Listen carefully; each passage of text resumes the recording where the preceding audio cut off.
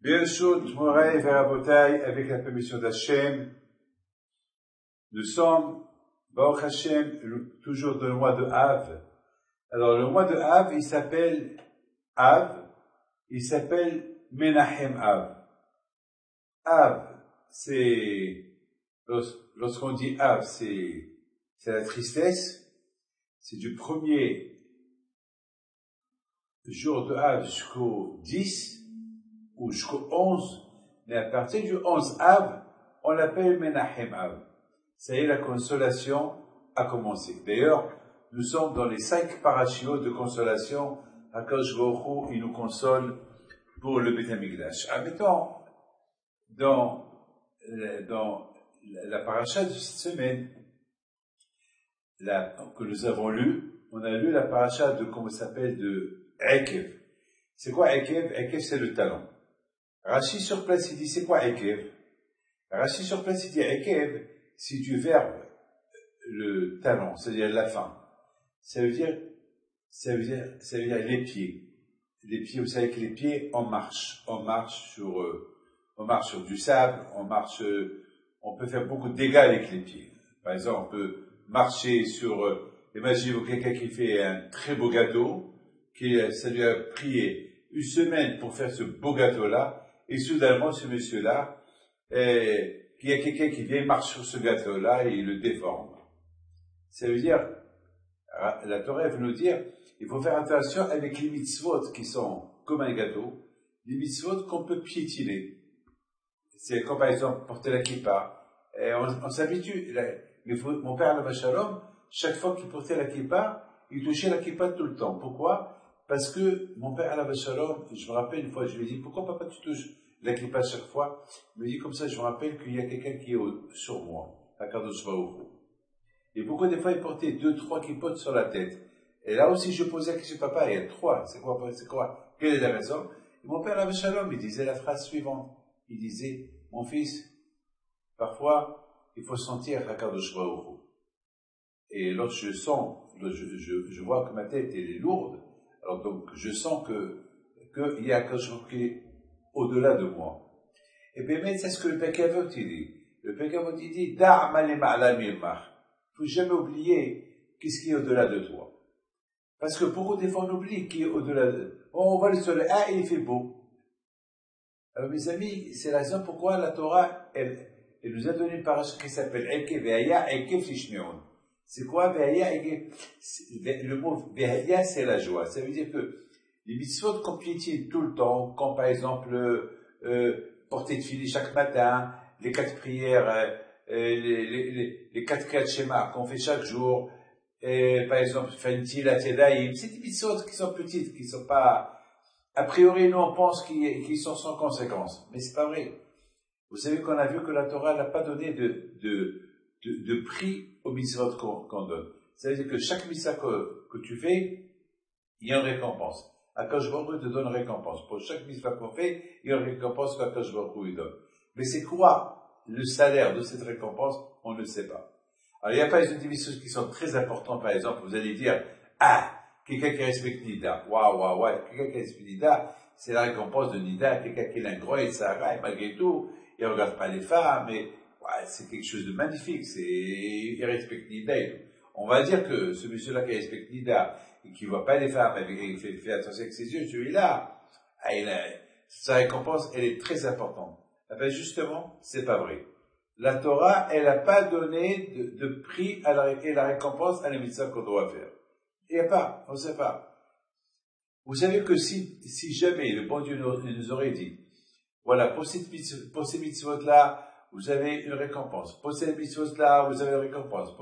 Alors, on va commencer à faire des sélections. On va commencer à choisir quel mitzvah on va faire. Vous savez, beaucoup de fois, l'Avdil. Je me rappelle, je m'excuse de vous dire ça, mais je me rappelle une fois, je recevais les gens, et derrière la porte, il y avait un couple qui attendaient que je les appelle pour qu'ils rentrent dans mon bureau. Et eux, ils savaient pas que je pouvais écouter, parce que la porte n'était pas complètement fermée, Et ils discutaient. Et puis voilà, ils discutaient quel film ils vont voir ce soir, le soir. Et puis, ils ont discuté, alors il a dit, viens, on va faire un choix. Alors, ils ont dû allumer leur téléphone, leur iPhone. Ils ont commencé dans tel et tel cinéma, il y a ça, et ils ont commencé un film américain, un film marocain, un film canadien, un film français, un européen. Et moi, je voulais écouter la conversation. Eh ben, vraiment, ça a pris un quart d'heure, et finalement, je ne pouvais plus les écouter. Alors, j'aurais dit, allez, je vais essayer qu'on pouvait les faire entrer. Une fois qu'ils sont rentrés, c'est une histoire qui s'est passée un match à Paris. Et une fois qu'ils sont rentrés, ils avaient plein de problèmes. Alors, je leur ai dit, et parce que vous avez tous ces problèmes-là, c'est pour ça que vous voulez rentrer aussi. Allez, rentrer au cinéma, vous êtes en train de faire, vous croyez que voir un film, il va vous faire oublier le problème?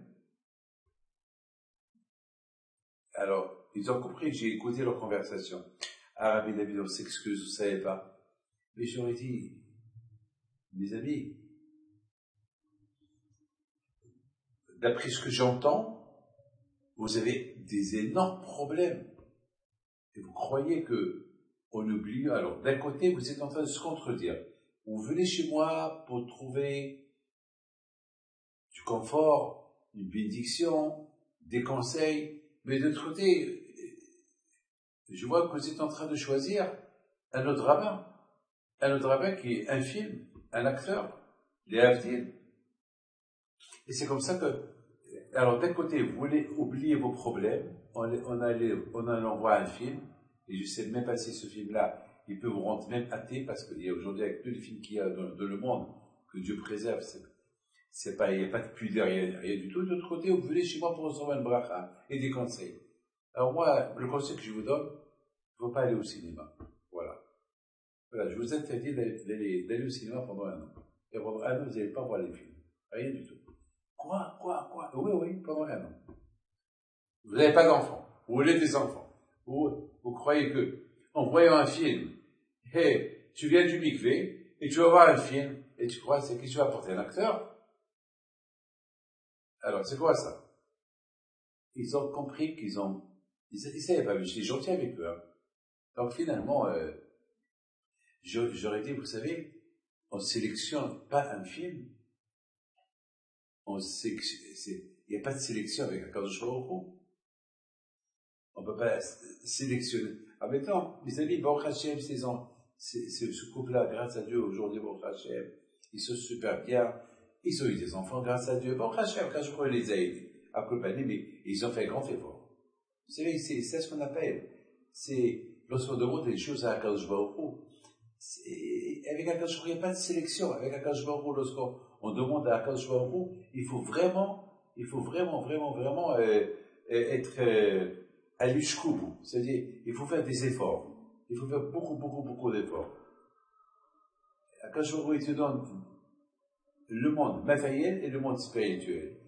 D'un côté, on ne peut pas vivre l'un sans l'autre.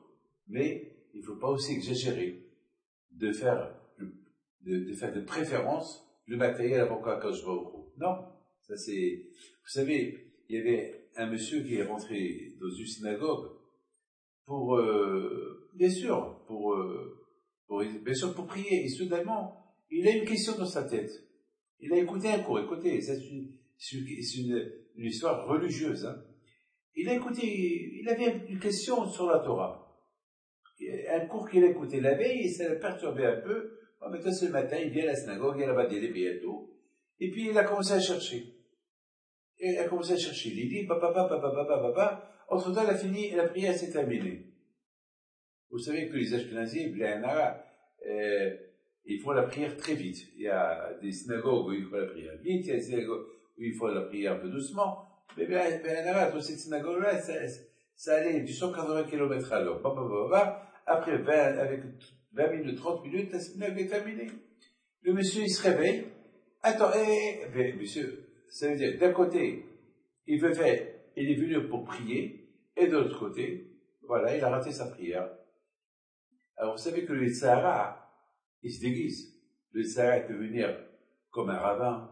J'ai toujours dit que le Sahara est très intelligent.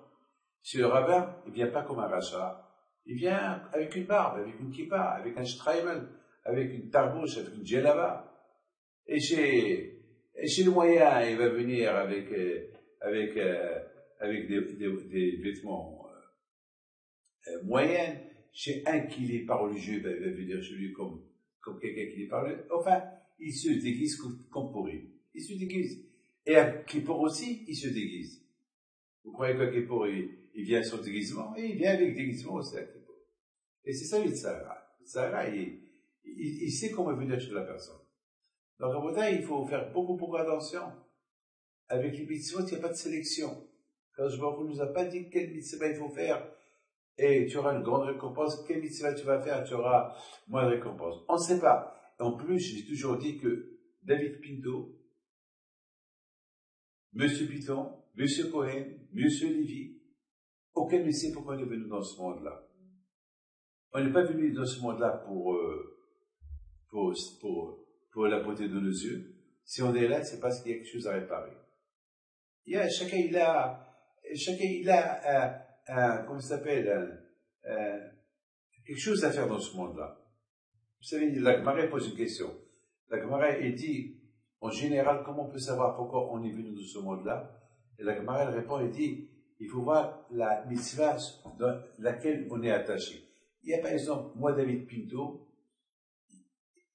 enfin, bien sûr, je respecte toutes les mitzvot, je fais de mon mieux de tout faire avec les Hachem, mais plus ou moins, je sais pourquoi je suis venu dans ce monde-là. Et plus ou moins, je sais. Parce que ce que Hachamim me disent, je le sens. Hachamim me disent, comment on peut savoir pourquoi on est venu dans ce monde-là? Et Hachamim me disent, si tu sens que tu es attaché beaucoup avec la prière de Shaharit, ou de Minha, ou de Avit, c'est-à-dire que tu es venu dans ce monde-là pour bien réparer. Peut-être tu étais là dans un Gilgoul, tu étais là dans un Gilgoul, dans une réincarnation, et que tu n'as pas fait bien la prière de Minha, Shaharit ou Avit, et là tu es venu pour la réparer. Il y a ceux, par exemple, qui font beaucoup attention à la mezouza, il y a ceux qui font attention au tfilin. Chacun, il a une attirance vers une mitzvah que son corps, il veut qu'il la fasse. Alors ça prouve, c'est pour cela que tu es venu. De l'autre côté, il y a beaucoup de fois, il y a des avérotes qu'on est attiré à faire. Il y a des avérotes. Alors là, tu sais que puisqu'on est attiré par certains avérotes, il se peut qu'on est venu dans ce monde-là pour faire cette avéra. Alors, pour la réparer, il ne faut pas la faire. On sent qu'il y a, j'ai des tentations avec mes yeux. Alors, c'est une raison que je suis venu dans ce monde-là à cause des tentations des yeux, donc il faut réparer. Peut-être j'ai envie de voler. Peut-être j'ai envie de parler de la Shomara. Peut-être j'ai envie. Alors, là, il faut faire beaucoup attention que là où tu as tendance à faire du mal, c'est la raison pourquoi tu es venu dans ce monde-là. Là où tu as tendance de faire du bien, c'est là où tu dois faire attention à le faire. Et le Sahara, il va faire le contraire. Le Sahara, il va se déguiser pour ne pas que tu répares. Il va venir chez toi et finalement, le Sahara, il peut te dire, hey, David, tu sais, il faut mettre des tefilines, il faut acheter les meilleurs. Mais il se peut que je suis venu dans ce monde-là pour le talit. Pour réparer le talit que je portais pas avant. Il se peut que je suis venu dans ce monde-là pour une kippa que je portais pas avant. Il se peut que je suis venu dans ce monde-là pour le respect des parents que je respectais pas avant. Donc le Satan, il me donne d'autres mitzvot à faire. Alors finalement, après 120 ans, j'arrive là-haut et hop, je trouve que j'ai pas suivi la route que je devais faire. Je vais me rappeler que c'est vrai, j'avais des tendances à faire ça, mais le Sahara, il m'a bien eu, il m'a fait faire d'autres choses, sauf celle-là pour laquelle je suis venu. Donc j'ai tout perdu, j'ai perdu dans l'affaire. Donc à Bretagne, il faut toujours prier pour que Akadosh Baruch Hu nous aide. a fait les mitzvot pour les qu'on est venu faire. C'est pour cela, on doit tout faire.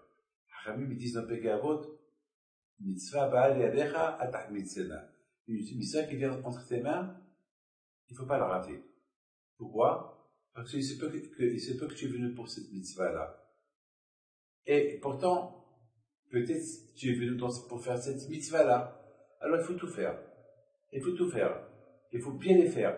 Et beaucoup de fois, on risque que le Sahara il peut se déguiser en nous et nous faire une que on a l'habitude de faire, jusqu'à qu'on va commencer à les piétiner, et finalement, c'est pas celle-là qu'on devait faire. Il se peut que c'était celle-là qu'on devait faire, mais on l'a mal fait. Moi, David, beaucoup de fois, je pense que la raison pourquoi je suis venu, c'est pour faire du zikoérabim. Ça veut dire faire des cours de Torah aux gens, les bénir, parce que je les aime, et de faire attention avec mes yeux. Parce que moi aussi, j'ai envie de voir. Qu'est-ce que vous croyez? Ne croyez pas que je suis un tzaddik, hein. Je suis un homme, je suis comme tout le monde, hein. Je suis comme tout le monde, je suis pas mieux comment il s'appelle, que Rabbi Matthias Ben Harash à la Vachon, qui était un grand Tana, un grand tzaddik. Et il est venu dans ce monde-là pour réparer ce que sa Nishama a vu dans un autre, dans une autre génération. Il était un grand tzaddik, mais il a vu, avec ses yeux, quelque chose qu'il fallait pas qu'il voie. Mais lui, il croyait que c'était permis de voir. Mais il n'avait pas le droit de voir. Donc il est revenu dans ce monde-là uniquement pour réparer cette mitzvah-là. Et une fois, la Gemara raconte qu'une fois, le Satan, il a dit à Kadosh Baruch Hu, alors Kadosh Baruch Hu, tu es fier de moi, tout le travail que je fais dans ce monde-là, Kadosh Baruch Hu lui dit, tu es toujours, jamais je peux te dire que je suis fier de toi, je ras-le-bol de toi. Je préfère que Mashiach y vient, et que je t'égorge, et tu seras plus là. Alors le Satan, il dit à Kadosh Baruch Hu, mais entre-temps, je fais bien mon travail. Alors Kadosh Baruch Hu lui dit, oui, tu fais bien ton travail, mais tu sais, Rabbi Matthias Ben Harash, c'est un grand tzaddik. Lui, tu ne pourras jamais l'avoir dans tes mains. Tu as réussi à avoir tout le monde, pas celui-là. Alors, le Satan dit à Kadosh Baruch Hu, si tu me donnes le droit, ben, tu vas voir comment je vais le rendre comme je veux. Kadosh Baruch Hu lui dit, je te donne le droit, mais ne le tue pas. C'est pas parce qu'une fois qu'il ne t'écoute pas, tu vas lui faire du mal. Non, tu vas aller selon sa force. Attention. Il est d'accord. Et le Satan, il descend de ce monde-là, il se déguise à une femme, très belle femme, et il rentre au Beth Midrash. Et Rabbi Matthias Ben Harash était en train de donner un cours de Torah, et voilà, il y avait un miracle, personne ne l'a vu, parce que c'était le Satan en personne, il n'y avait que Rabbi Matthias Ben Harash, lui seul, il savait qu'il y a une femme qui est rentrée en faisant du bruit avec ses chaussures pointues. Pam, pam, pam, pam, pam, pam. Elle marche. Alors le Satan, il avait beaucoup de parfum. Il avance vers lui, vers le tzaddik. Le tzaddik, il a vu que la tentation, elle est grave. L'odeur du parfum, elle est forte. Et que, dans quelque temps, il risque de la voir. Et lui, il n'a pas voulu le voir. Alors, qu'est-ce qu'il fait? Malheureusement, il a fait une chose que vous n'allez pas imaginer ce qu'il a fait. Il avait à côté de lui 2 fourchettes, il s'est crevé les yeux. Le Satan, il a vu ça, il a poussé un cri et il est monté au ciel. Il a dit, Hachem, j'ai vu des tzadikim, mais un tzadik comme Matthias Ben Harash, je ne l'ai pas vu. Regarde ce qu'il a fait. Quand je lui ai dit, tu as vu, je t'ai dit qu'avec lui, on ne prend pas le risque. Et pourtant, je ne l'ai pas aidé, hein. Alors maintenant, Rabbi Matthias Ben Harash, à la Shalom, il est devenu aveugle. Il ne peut plus étudier. Là, maintenant, il était entre la vie et la mort. Presque un suicide. Il a le sang qui coule. Au même moment, il y a le Raphaël Amalach, qui dit à Kashfur, bon Shalom, moi, j'allais le sauver. Moi, je suis Raphaël, l'ange de la Réfoua, est-ce que je peux descendre pour le, il a dit attention tout de suite, va descendre, sauve-le. Et Rabbi, Raphaël Amalach, il descend, et dès qu'il arrive chez Rabbi Mathieu Ben Harash, Rabbi Mathieu Ben Harash, il sent la Kdusha du Malach, il dit, je t'en prie, je préfère mourir que de vivre. Il dit, pourquoi? Il dit, parce que je veux pas que le Satan, il sait pourquoi je suis venu dans ce monde-là. Il sait que je suis venu dans ce monde-là pour réparer ce que j'ai vu dans une réincarnation avant. Et c'est ça la raison pourquoi je suis venu pour réparer. Lui, il veut me faire trébucher et faire une avera. Je préfère mourir. Il a dit non. Quand je vais m'a envoyé de t'envoyer la réfoire, je te promets que le Satan, il approchera jamais vers toi. Toi, continue ta avodat Hashem. Et le Malach Raphaël, il met ses mains dans ses yeux, il a guéri, il a repris ses yeux. Rabotai, vous imaginez, Rabotai, c'est ça le Kouah du Tzara. Le Kouah du Tzara, il sait, chacun de nous, pourquoi il est venu faire, qu'est-ce qu'il est venu faire dans ce monde-là. Alors le Satan, il veut nous dérouter de notre goal. Il veut nous dérouter. Alors, à nous de faire, c'est la raison pourquoi la Torah nous donne une très bonne idée. C'est quoi l'idée que la Torah nous donne? L'idée que la Torah nous donne, il faut rater aucune mitzvah. Chaque mitzvah qui est entre tes mains, tu l'as fait. Tu l'as fait. Il y a le Rosh Hashanah de Polevich, Povetsky Shalita, il a posé une question sur le Rambam. Et le Rambam, il dit qu'un homme qui étudie la Torah, et que il voit un mort par terre. Alors, si il peut dire à quelqu'un, pas un mort par terre, une mitzvah qu'il ne peut pas rater, et que s'il la fait pas maintenant, il pourra jamais la faire, et il peut pas le dire à quelqu'un qui l'a fait à sa place. Alors, il dit le Rambam, il peut s'arrêter d'étudier, et il va faire cette mitzvah, et après, une fois qu'il l'a fait, il peut retourner à son étude. Parce que vous savez une chose, que l'étude de la Torah est obligatoire. N'importe quelle mitzvah qui vient pendant que tu étudies la Torah, tu n'es pas obligé de la faire. Sauf des mitzvot, c'est des mitzvot, par exemple, enterrer un mort, des mitzvot que sauver quelqu'un. Il y a certaines mitzvot que si tu ne la fais pas, alors cette mitzvah-là, tu vas la perdre. Alors, s'il y a quelqu'un qui peut la faire à ta place, c'est mieux. Mais s'il y a personne qui peut la faire à ta place, alors tu t'arrêtes d'étudier, et tu la fais, après tu retournes dans ton étude. Alors, le Rosh Hashanah de Polevich, il pose une question. Il dit, mais c'est quoi? Mais bien sûr. C'est quoi l'idée du Rambam de dire, si tu es en train d'étudier la Torah, et il y a une mitzvah qui vient, et que personne ne peut la faire, alors tu la fais, après tu retournes étudier. Mais bien sûr qu'il faut retourner étudier. C'est pourquoi parce que le Rambam, pour qu'il ajoute cette phrase, c'est que il y a 1000 raisons pourquoi il a dit, parce qu'on aurait pu croire que non, puisque je suis en train d'étudier la Torah, et il y a une mitzvah qui vient entre mes mains, que personne ne peut la faire, il n'y a personne qui peut la faire. Donc une fois que je l'ai fait, j'aurais pu dire que je ne suis pas obligé de retourner étudier. Alors pourquoi le rabbin me dit non, il faut retourner étudier? Alors, c'est quoi il touche le rabbin. Alors moi j'ai pensé une belle réponse. J'ai dit que un homme qui est en train d'étudier la Torah,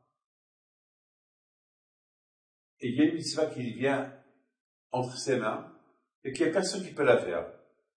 Donc elle est que lui qui doit la faire. Alors on lui dit, arrête d'étudier, va la faire. Alors une fois qu'il l'a fait, on aurait pu dire que maintenant qu'il l'a fait, alors il va se décourager. Il va dire, je vais retourner encore, j'ai l'habitude d'étudier 1 heure par jour, j'ai étudié 3 quarts d'heure, et il est resté 1 quart d'heure, et cette mitzvah est venue, elle m'a gâché les 3 heures, il faut que je recommence encore toute l'heure. Donc, il risque de se décourager. Alors Rambam me dit, non, il faut pas te décourager. Tu as étudié 3/4 d'heure, il te restait un quart d'heure, et entre-temps, elle est venue mitzvah, que personne d'autre pouvait la faire, il n'y a que toi qui pouvais la faire. Alors tu sais quoi? Une fois que tu l'as fait, retourne à ton étude, le quart d'heure qui te manquait, et Akash Baruch Hu va compléter comme si tu as étudié 1 heure entière, à part la mitzvah que tu as fait. C'est ça le hidouche de Rambam. Le hidouche de Rambam, c'est que lorsqu'il y a une mitzvah qui va venir t'interrompre de ton étude de Torah, n'aie pas peur. T'as pas perdu le temps de l'étude que tu as étudié à cause de cette mitzvah-là qui t'a interrompu pour la faire. Non. Il te restait un quart d'heure. Alors tu t'es mis le quart d'heure et comme si tu as étudié 1 heure. C'est pas que cette mitzvah-là que tu as fait maintenant, elle va te faire perdre les 3/4 d'heure que tu as étudié. C'est ça, je pense, c'est ça le hidouche de Rambam. Alors, mais tout cela, il faut faire beaucoup attention. C'est la raison pourquoi la Torah étudie. Il faut faire beaucoup attention à tous les mitzvot qu'on piétine. Il faut bien les faire. Parce qu'il se peut que tu viennes dans ce monde-là pour les faire. Ces mitzvot-là que tu piétines, que tu connais même pas c'est quoi la récompense à eux. Il se peut, c'est pour ça que tu viens dans ce monde-là. Et si tu les fais pas, donc tu as raté ton goal. Alors, je vais terminer avec quelque chose de magnifique. On a vu dans la Torah la paracha de Kriyat Shema. Écoutez bien ça. Dans la paracha de Kriyat Shema, on a vu que la paracha de Kriyat Shema, elle est écrite dans la paracha de Ekev et la paracha de Va'et Hanan. Dans la paracha de la semaine dernière, c'est écrit là-bas Shema Israël, Adonai Eloheinu, Adonai Echad. Et aussi, c'est écrit, Ve'avta et Adonai Elohecha, b'chol vavcha, b'chol nafshecha, b'chol meodecha. Voilà. Et la paracha d'hier, c'est la suite de Kriyat Shema. Ve'ayayin shamroat shme'oi v'tzotai asher-anochim tzedetchem hayom, le'ahava et Hashem v'chol avdo. Et la paracha de Tzitzit, Ve'emar Hashem, Daber b'nisavat ve'asher Tzitzit, elle est écrite dans la paracha de Korah. Oui, je pense que c'est, non, le paracha de Shlach Lecha, pardon. Ah, maintenant, j'ai une question. Pourquoi la Torah n'a pas écrit la paracha de toute la paracha de Kriyat Shema dans une seule paracha? Dans une seule paracha. Pourquoi la Torah, la paracha de Shema Israël, elle est écrite dans 3 parachiotes? Dans la paracha de Shlach Lecha, dans la paracha de Va'et Hanan, et dans la paracha de Ekev. Voilà. Ouais, pourquoi? C'est une question. Oui. J'ai une question. C'est une question. C'est la bataille. Je voudrais vous dire quelque chose. La Torah, elle nous parle de la paracha de cette semaine de Ekev. Ekev, c'est l'habitude. Vous savez que David HaMelech alav shalom, il a prié à Kadosh Baruch Hu Hashem, je t'en prie. Il ne faut pas que je m'habitue. Chaque fois que je vais au Beit Midrash, au Beit Mikdash, à la synagogue, il faut que je sente comme c'est la première fois dans ma vie que je viens. Hachem, aide-moi à ne pas sentir une habitude dans le Beit Mikdash, dans le Beit Midrash, dans la synagogue.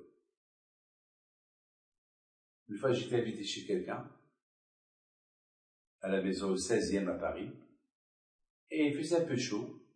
Il ouvre la fenêtre, et je vois qu'en face de moi, j'étais à 100 mètres de la Tour Eiffel. À 100 mètres de la Tour Eiffel. Soudainement, je dis, waouh! Mais tous les gens qui habitaient à la maison, non. Ils ont l'habitude. Ils voient le matin, l'après-midi, le soir, au balcon, ils voient tout le temps la Tour Eiffel en face d'eux. Mais moi qui n'ai pas l'habitude de voir, j'ai fait, ah, waouh! Ça veut dire que, lorsqu'on s'habitue à la chose, ça y est, il n'y a plus de waouh. Et les touristes qui vont aux Alpes, ils prennent des photos. C'est les montagnes, c'est le Mont Blanc, mais les gens qui habitent là-bas, est-ce qu'ils prennent des photos? Non, parce qu'ils sont habitués, ils sont là-bas. Ils ont l'habitude de voir tout la beauté des montagnes, voilà. À Jérusalem, il y a ceux qui viennent au côté, dès qu'ils voient le côté, waouh!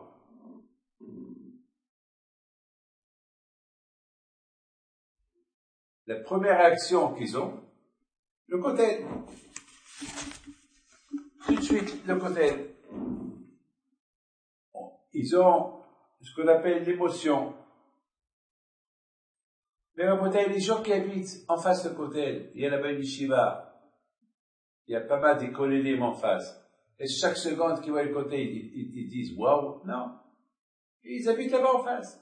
Malheureusement, mes amis, il y avait 10 miracles dans le Beth Amikdash. Les gens sont tellement habitués aux miracles qu'ils voyaient au Beth Amikdash jusqu'à malheureusement que le Beth Amikdash a été détruit. Et pourtant, avec les 10 miracles qu'ils voyaient tout le temps, c'était pas possible.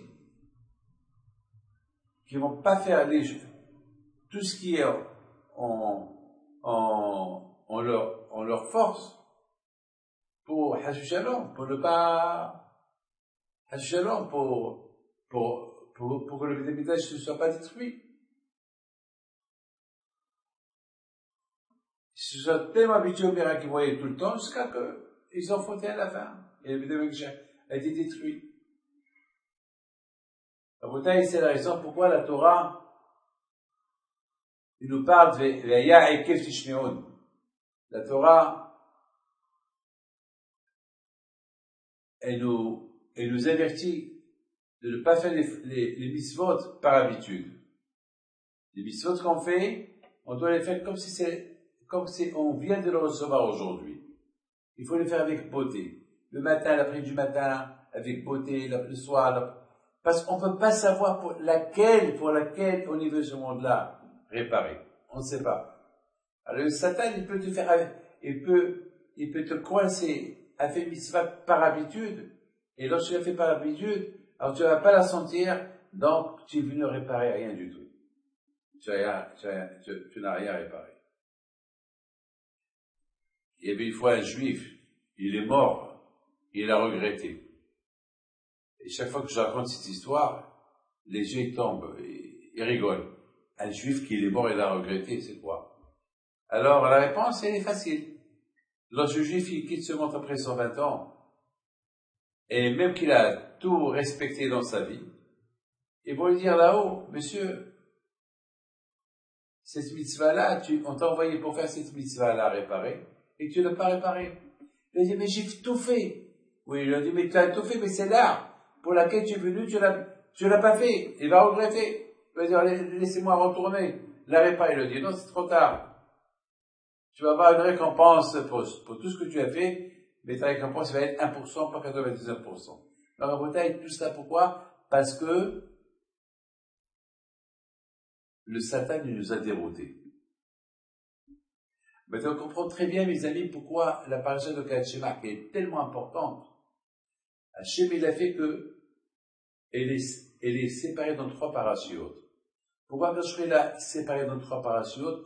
Pour qu'on se pose la question, pourquoi il est séparé dans 3 parachutes? Et la réponse, elle est, parce que s'il était dans une seule paracha, on va la lire machinalement, on va la lire comme habitude. Mais le fait qu'elle est dans 3 parachutes différentes, alors, on va dire, Hachem il a fait, tout de suite ça va nous rappeler, Hachem il a fait qu'elle est écrite dans 3 parachutes différentes, dans la paracha de Sha'lecha et de Va'et Hanan et Ekev, pour nous rappeler que il faut pas qu'on lit Shema Israël machinalement, comme ça, sans kavanah. Il faut il faut pas qu'on la lit comme si on piétine un gâteau, on piétine quelque chose. Et c'est ça, mes amis, la paracha de cette semaine, de la semaine dernière. Et la paracha de cette semaine, c'est Re'e. Re'e, ça veut dire voir. Voir. Rabbi Yaakov Etzer alav shalom, il dit, c'est quoi la connexion entre Ekev et Re'e? Il dit Rabbi Yaakov Etzer dans le son des petits Hodam, il faut que si le juif, il veut faire attention, pour bien réparer, pour bien maintenir son judaïsme, il faut toujours qu'il voit la fin. C'est c'est triste, mais c'est ça la réalité. Comme la Gemara dit. La Gemara dit, fais teshuva un jour avant ta mort. Et la Gemara pose une question, est-ce qu'on sait quand est-ce qu'on va mourir pour faire teshuva? Et la Gemara répond, ben justement, tu sais que puisque tu sais pas quand tu vas mourir, alors toujours tu dois être dans la teshuva. Le projet, comme on a entendu cette semaine, la semaine dernière, des gens jeunes qui nous ont quittés comme ça. Et ils savaient qu'ils allaient mourir, ils n'avaient rien du tout. Comme ces 3 religieux-là qui sont tombés, que leur avion s'est écrasé en Ukraine. Quand quelqu'un, pour qu'il n'avait pas de corona, pas de problème, 38 ans, il est mort la semaine dernière, il n'avait rien du tout. En une semaine, il a attrapé le corona, papa, il est mort. On ne sait pas. Justement. Et de là que je ne sais pas quand la personne va mourir, toujours on doit être dans la teshuva. Toujours on doit être dans la teshuva. C'est ça ce qu'il y a à commercer. Et Ekev, il faut toujours voir ta fin. Ekev, c'est le talon, c'est la fin. Et moi, j'explique d'une autre manière. Moi, j'explique, Ekev, ça veut dire, fais gaffe, fais attention, regarde, ouvre tes yeux, les missions que tu fais.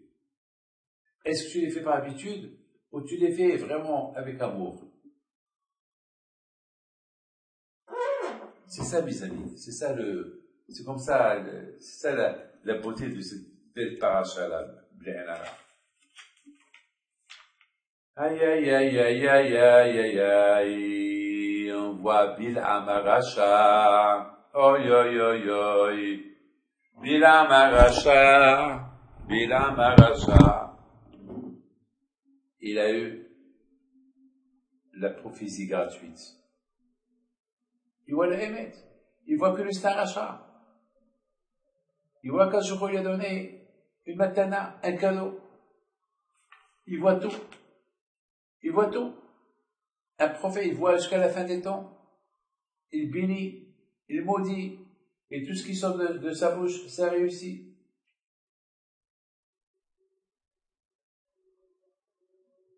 Bil'am, ouvre tes yeux. Et avec tout ce qu'il a eu, de la part d'Hachem, lui, il a resté toujours Racha, il a voulu maudire les bénis Israël. Comment est-ce possible?